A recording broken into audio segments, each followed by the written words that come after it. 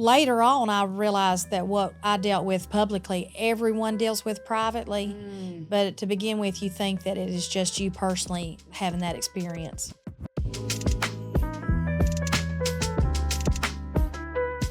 Welcome to The Shield.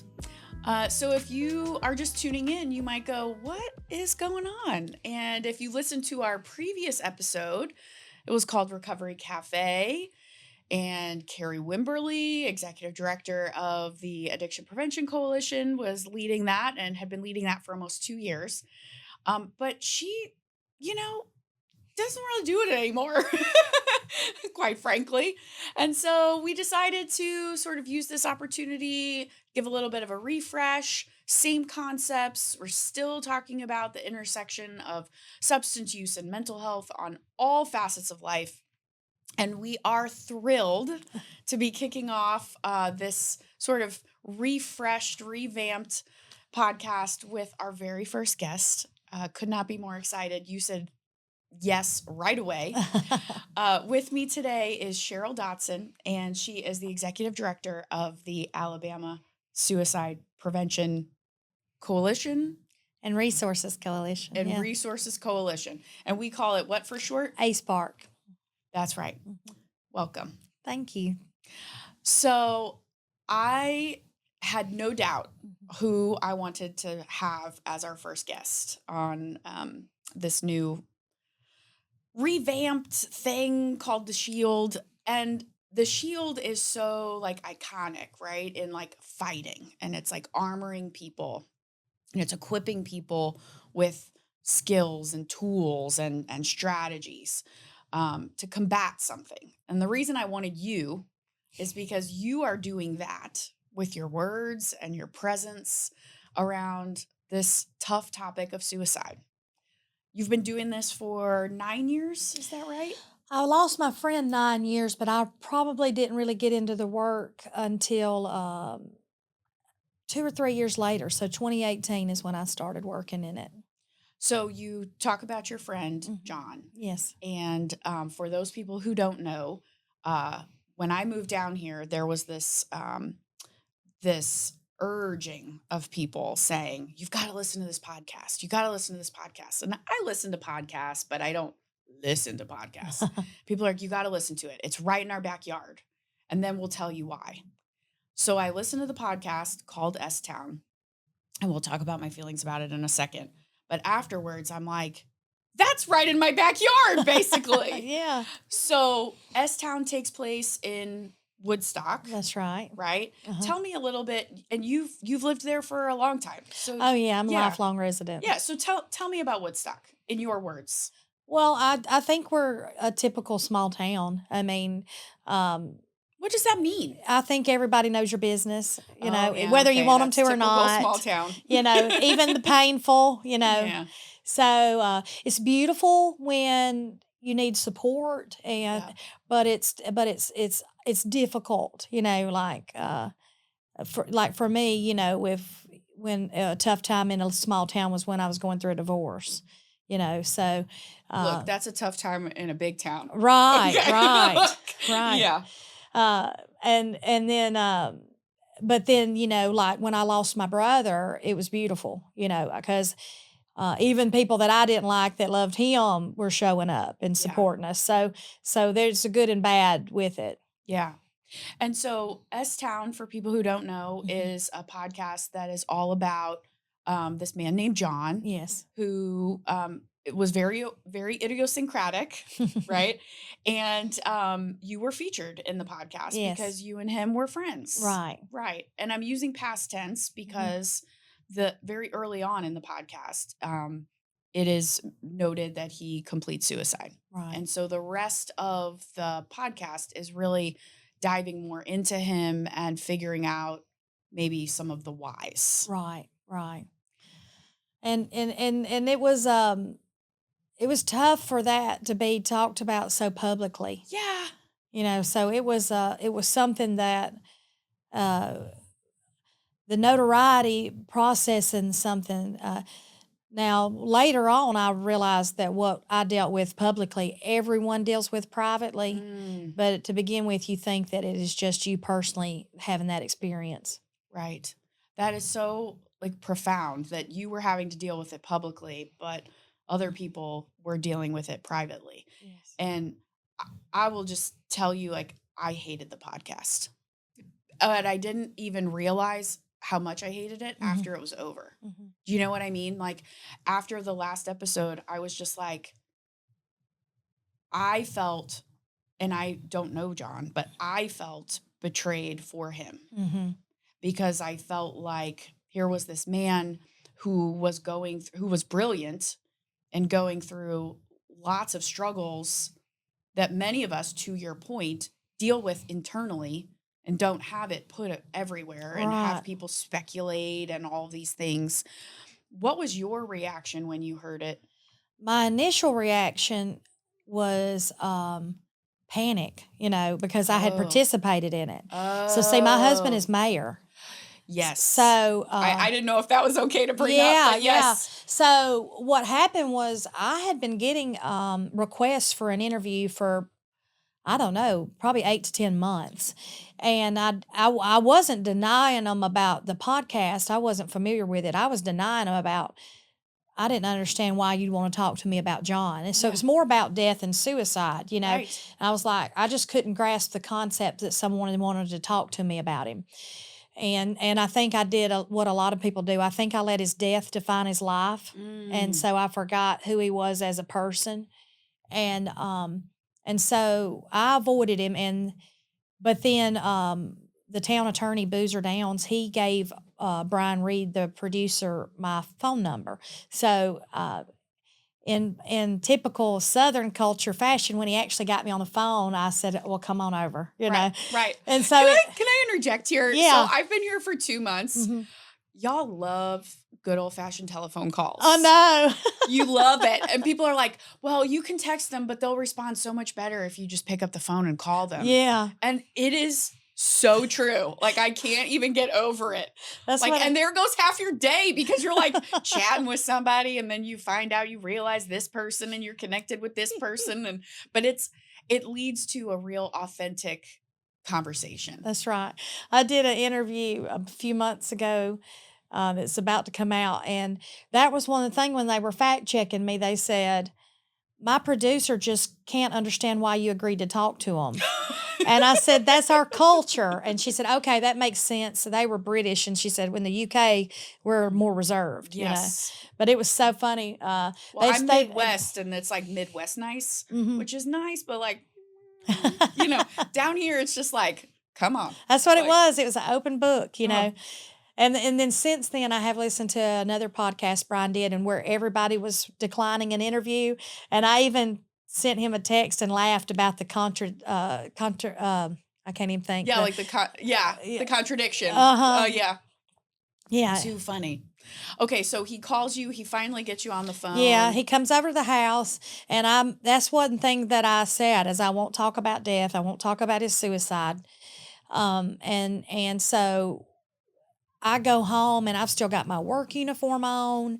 And it's kind of cool. My husband snapped a picture and so I can have that visual of that moment. But I'm just thinking, and I even whispered to my boss. My boss was one of those like, you couldn't get off early, and I said, listen, I got a journalist coming to my house, and I said, he wants to talk to me about my friend that died from suicide, and then I can remember that because my boss said, well, go home, so it was such a sequence of events. So I get there, my husband's there, and I talk to him about 3 or 4 hours. Wow. So my husband had been sworn in as mayor in November, and I did this interview in December. So he'd only been mayor 1 month. And the funny thing about it is Brian is walking out the door, and I shut the door behind him, and I said, what does that matter? Nobody's going to listen to this. Famous last words. Yes, huh? Exactly. I've said that. So in March of 2017, we get the preview, and when I see the title, S-Town, I panic.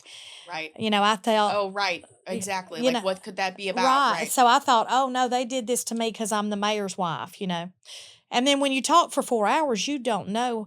It's a 7-hour podcast. You don't know how What they're going much. to Yeah. use. Yeah. And so I'm a very, very tiny portion, but that initial panic is, so I see that graphic. So I have to go confess to my husband. And I'm like, you remember that interview I did? It's coming out next week, And I even called the fact checker back because when I saw the title, I was like, hey, what I've told you about myself is one thing, but uh, I'm not sure if I want to participate in something that hurts other people. Right. Because in my mind, I'm thinking the people that he fact checked me on, like I said, typical small town. I'm thinking of those individuals and what scandals they'd faced. And I thought, oh, John, what have you done? Yeah. But it was so funny, like real things that had happened. When I talked to the fact checker, he said, oh, John liked that person. He didn't bring that up. And so it was so funny that it ended up being on a rumor and not on actual scandals. Right. Well, I asked you about what it's like in Woodstock and what it's like in a small town, because I think if you've never lived or grown up in a small town, it's a foreign concept. Oh, yeah. Right. I mean, everybody's in your business in good times and in bad. Right.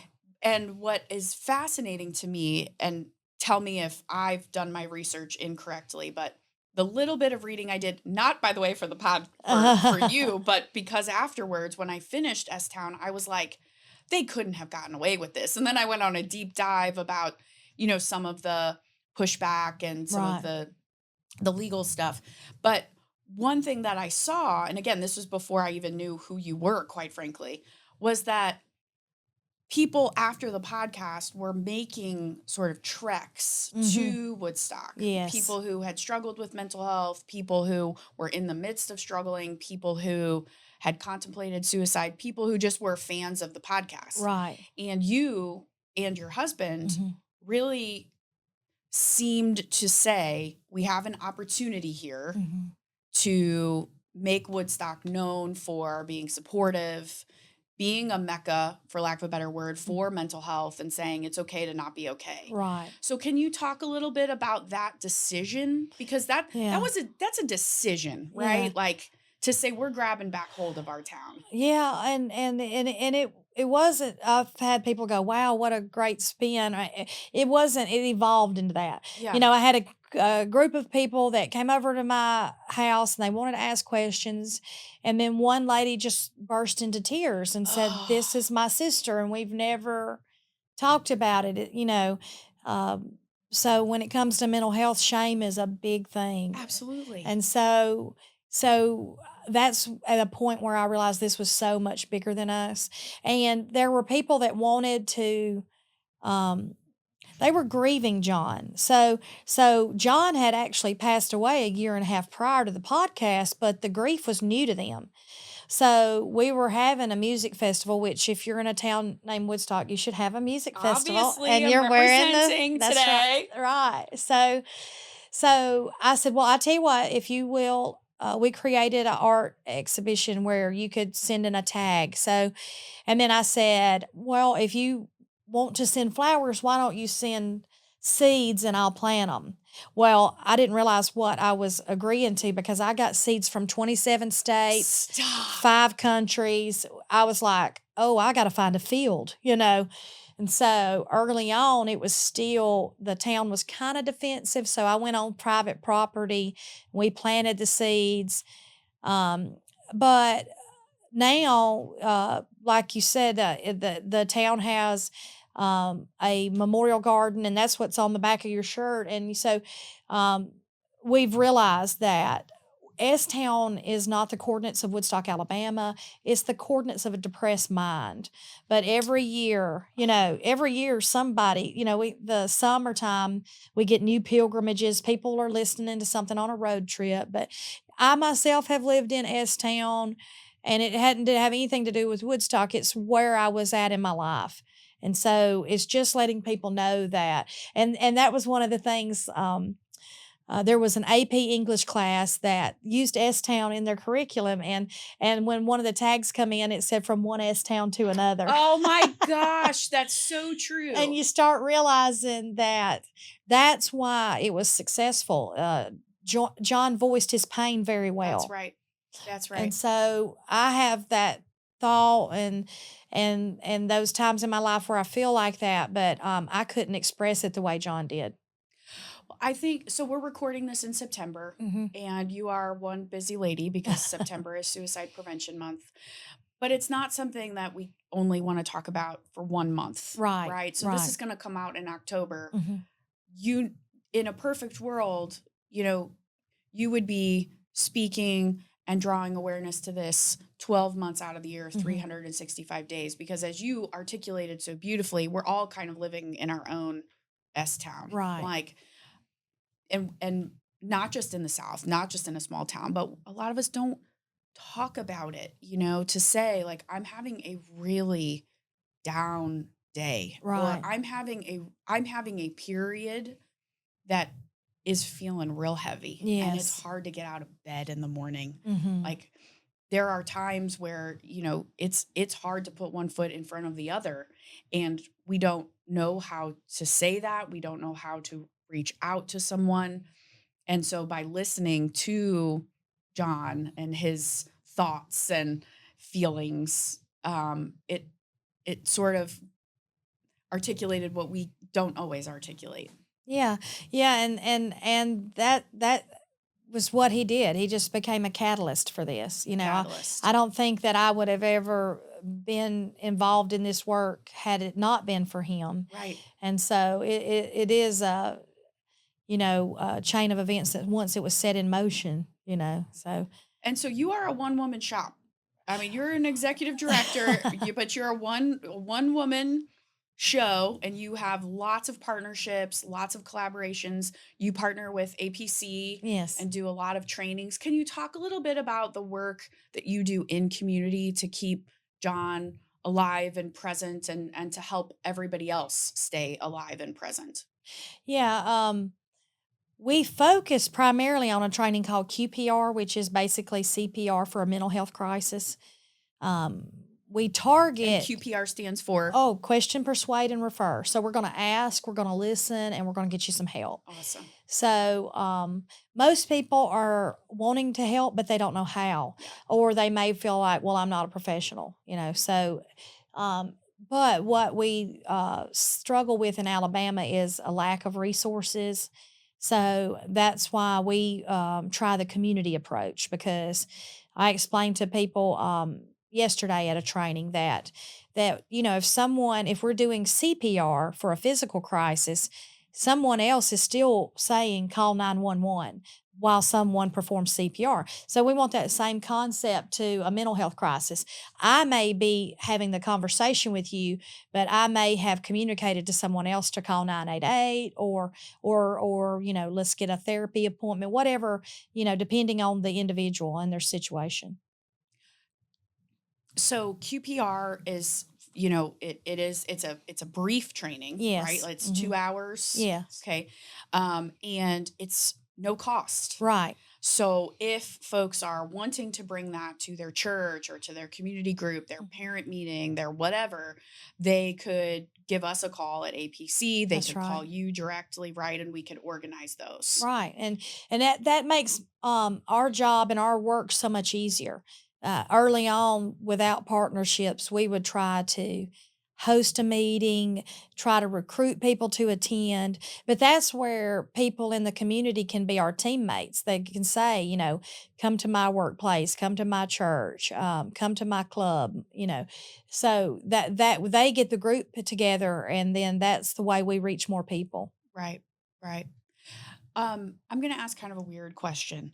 Do you ever get tired of doing this? Because it's heavy. Yeah, and my It's friends will heavy worry about work. me because I talk about suicide every I day mean, of the it is a year. lot. It is so weird though, because it is so rewarding to give someone a safe space, to see someone that has had an experience. One that stands out to me was a lady that said, in the 60s, everybody was called into the dining room, and her mom had a set of instructions for them and just said, your sister struggles with a mental illness, and tell no one.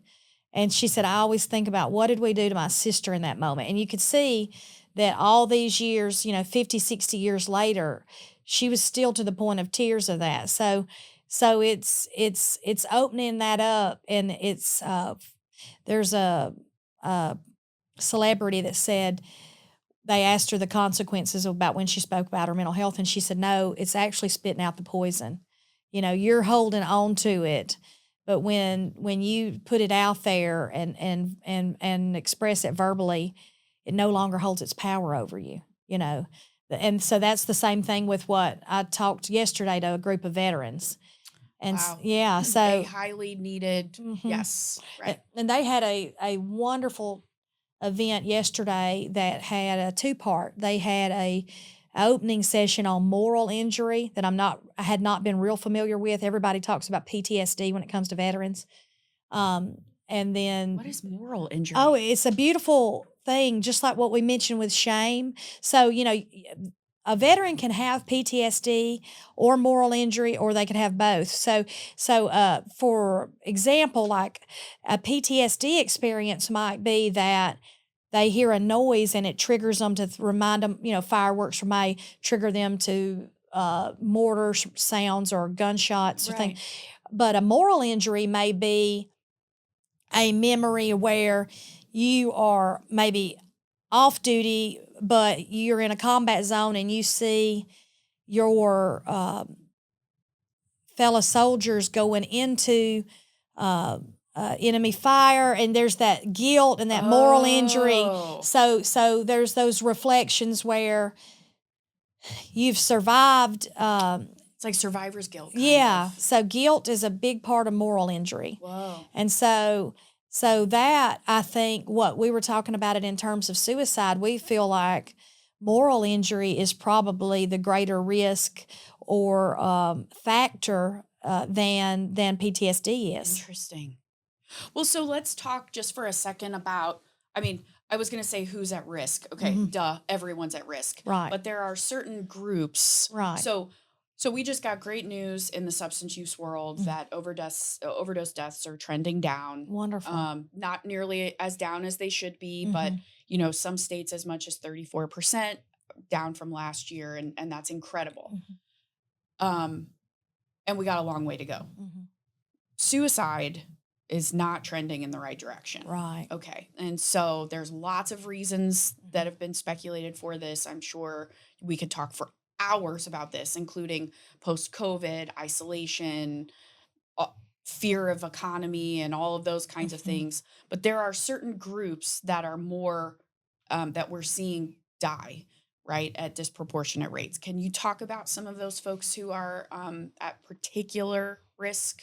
Yeah, our high risk groups, of course, it's going to be veterans, survivors of suicide loss. So if Alabama is above the national average for suicide loss, then we have more attempt survivors, more loss survivors, just by being male. Right. LGBTQ, like you said, substance use, or particularly if they have been in a period of recovery and they have relapsed. First responders. And then my favorite one when we do the PowerPoint is the one that says anyone with a serious mental health diagnosis. And the reason I point that out is in Alabama, you don't have to have a diagnosis to struggle. And many of us are undiagnosed. That's right. We know there's a problem, but we don't know what it is. We haven't put a name on it. That's right. The group that is most interesting to me is men, particularly, and I've done some work about the intersection of substance use and suicide in my previous role. The group men who retire, like older white men who have spent their whole life, they feel like their whole thing, their whole persona is working, being a provider, whether that's, in a manufacturing job, a construction job, an office job, whatever it is, like that's their thing. And then when they retire or stop working because of injury or because of whatever, and they can no longer do that thing, they feel incomplete or inadequate or will fill in the blanks. Like I did not realize until recently that that's such a high critical risk point is watching those older men or those men who no longer can perform that job. Mhm. Like, do we see that here in Alabama as well? Oh, absolutely. And there again, it's that lack of identity or lack of purpose. Where do I belong? Where do I fit in? So, one thing that we touch on from a nerdy aspect is like research, and one of them is Thomas Joyner, and it's my understanding he lost his father. So he wanted to know, why did my father attempt? And so it was isolation, feeling alone, feeling different, feeling like a burden. And that could be financial or physical. I don't want somebody to have to Right. take care of me in Right. either way. And then the capability to kill oneself. So that dynamic, someone can have all three of those things. If they have hope present, they're not likely to act on it.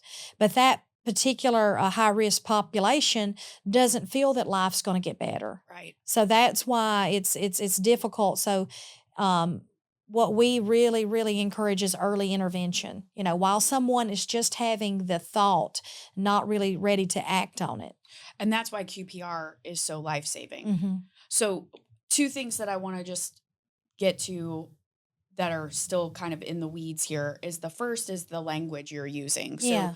I notice, and this is not a knock at you, I notice that you are using person first, like preferred language, but then Hmm. you're also like not going out of your way to use the person Hmm. first language so Yeah. that people like still understand what you're talking about. Yeah. Right? Sometimes in this field we get so in our heads about making sure we're using the word substance use disorder or we're Hmm. using completed suicide, which I know is the preferred like nomenclature, but Right. also that's not how everybody talks about it. Well, that's what I So it's try like to the do. balance. I try to have a lot of stories included when I talk, give you a visual. I mean, early on, Katie Boget, that got me into this work, she told me two things, and I always like to say this to people.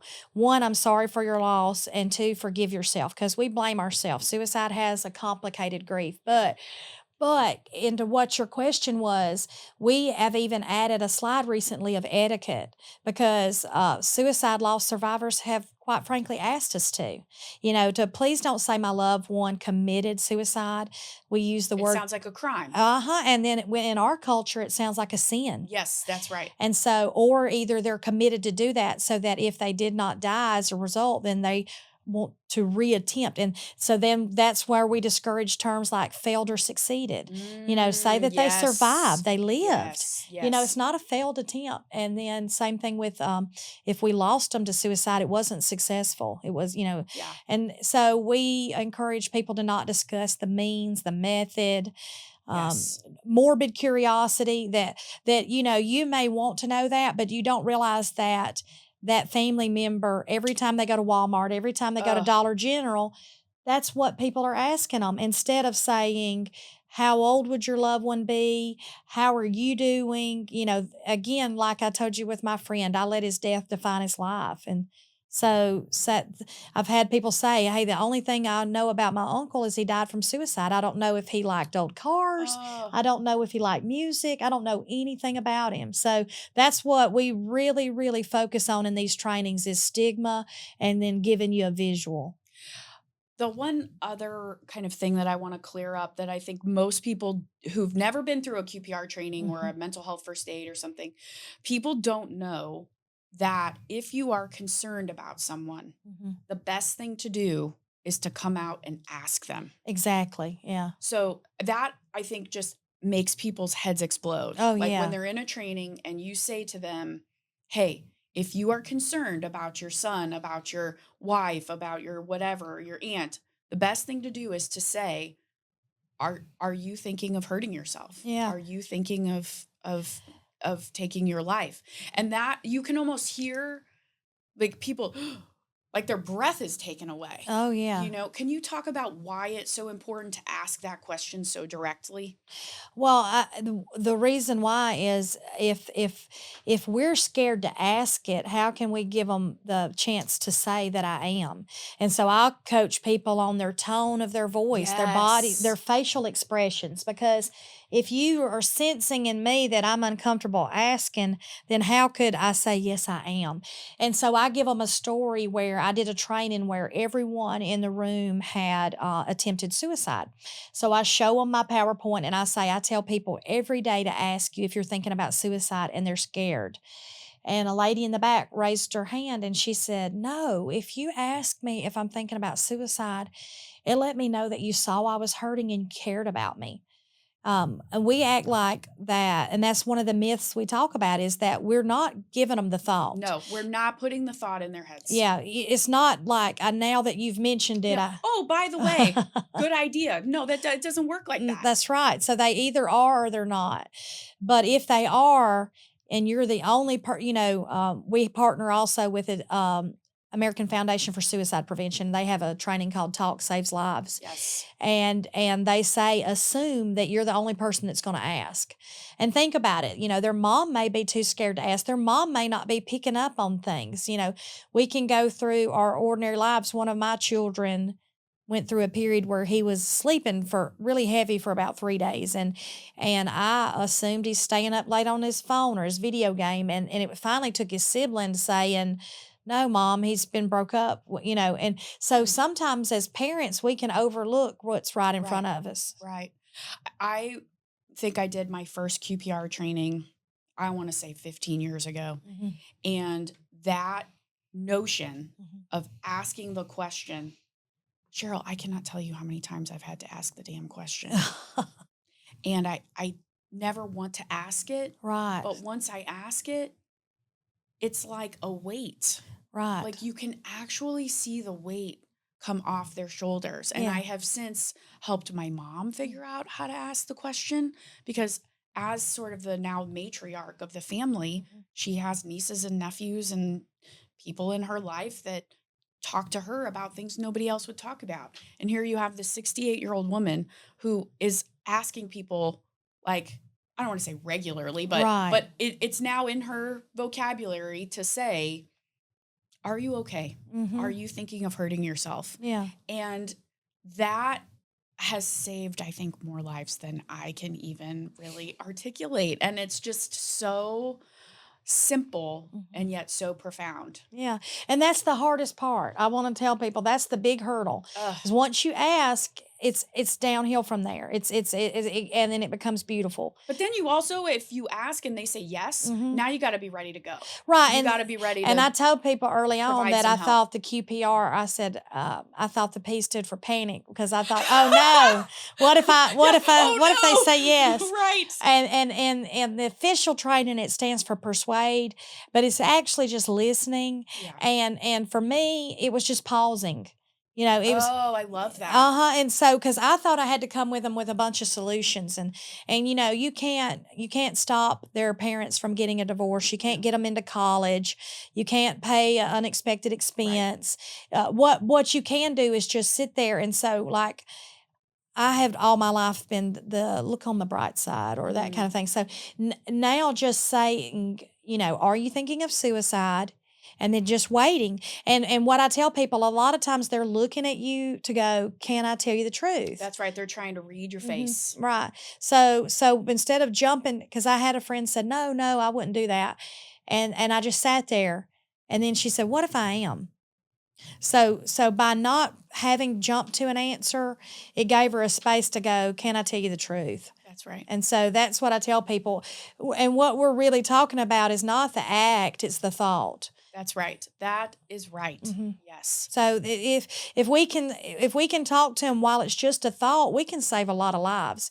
It's what we do. The irony is we would never do this with a physical health crisis. I would never look at someone that has just been diagnosed with cancer and say, come back to me when it's stage 4. And that's what we do with mental health. We'll say, well, I don't think they're going to attempt. I'll wait and talk to them when I think they're going to attempt. And we gauge their pain compared to ours. So I think that's important to just act early.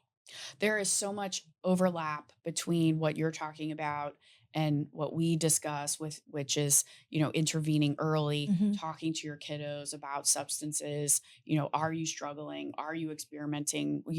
And then the worst possible thing in most people's minds is if they say yes. Right. But that's the space for the beautiful. Yeah, Because then yeah. that's really where the growth can come and where the relationship can really like cement itself. Yeah, because people will say, well, they're seeking attention, but they're seeking support, they're seeking connection, and Connection. that's what, That's right. and it gives you that opportunity. So when you do that, they can say, uh, I am having a tough time with this, or and Mhm. so we'll say, say something as simple as "Tell me more" or "I'm listening," Yes. and let them have an opportunity. There's a great video on the Guardian of the Golden Gate Bridge, and it's a short 14-minute TED talk. But what's so powerful in that video is that police officer. Kevin Berthea gets Kevin Briggs to climb back over after he talks to him. And he says, "What did I say? What made you give life another chance?" And he said, "You let me speak. You listened to me." So that was so beautiful to not, for me, I had so much pressure that I had to be a therapist, that I had to have Oh, word. answers. Uh-huh. And, Right. and then I was like, oh, I mean, I just have to listen. I can do that. Right. Exactly. Well, so that's a great segue into my last question for you, which is how do you practice self-care, my friend? Oh, that's good. Um, I have to be real intentional, and Yes. so like recently, I started an art class. So What that kind of art? Like painting yeah, or I'm going. Right now, we're still with pencils, hey, look. Okay, I'm proud of it. that's great. And it's nice. So yeah, I take an art class in Helena, and that's nice to just have um, once a week event where I can just and then that's made me have art appreciation now. So now I go everywhere. Our instructor, which happens to be my brother-in-law Mike, he said that you're going to have the curse now. So now I look at light and dark on everything, Oh, and wow. but it is that's been really intentional, beautiful time. But also the way I do this work, the way I schedule how I speak is I'll keep my grandchildren 2 days a week. Awesome. So, so I may speak about suicide on Tuesdays and Thursdays, but Monday and Wednesday I may be chasing a toddler. So it's a good balance. Good balance, Mhm. all about perspective. Mhm. That's exactly right. That's exactly right. Yeah. Thank you so much for Thank being our you. inaugural guest. Yeah, it was nice. I really appreciate you being here. I think that for those people who have never been to Woodstock, you all have amazing things Yeah. there, right? Including a really cool music festival. That's right, and they let us the shirt that you're wearing today. Every year they let us sell they let us have a particular shirt, and that one I just took the check to the bank this week. We raised $1,300 with that T-shirt, so that was a really beautiful thing. I mean, it's a beautiful thing what you and what the town has done to really memorialize and draw attention. And you're saving a ton of lives. You know it, and thank you for being here. Really appreciate you. Thank you. We couldn't do it without this partnership. So I want y'all to give credit too, because I mean, there's a moment, I'm not sure if you're aware of it, but where we had like $2,000 in the bank, we think we're going to fold. We're like, how are we going to continue? And so like y'all coming along, it's just been incredible. On that note, if you like what you've heard, please consider rating, reviewing, and subscribing to The Shield. Thank you, Cheryl Dodson, for being our first guest. Thank you. I'm excited.